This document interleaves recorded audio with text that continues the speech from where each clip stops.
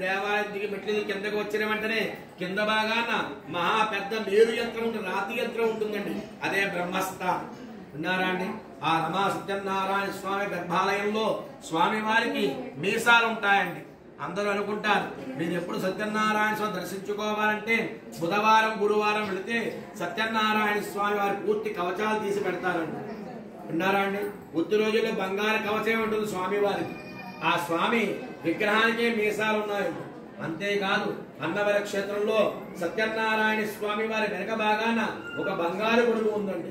ఈ బంగారు గొడుగు ఎందుకు ఉంది అంటే కలియుగంలో మానవుల కష్టాలలో చూడండి ఆ సత్యనారాయణ స్వామి వారి ఎవరైతే మనస్ఫూర్తిగా అర్చిస్తారో ఆరాధిస్తారో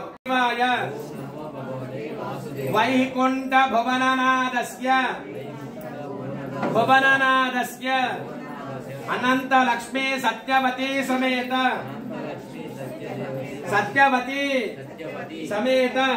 శ్రీ రమా సహిత వీర వెంకట సత్యనారాయణ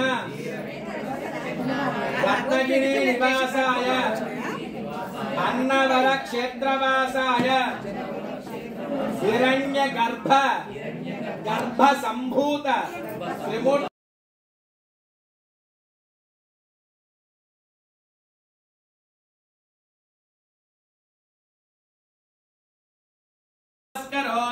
శ్రీ రమారమణ గోవిందో హరి గోవింద గోవింద.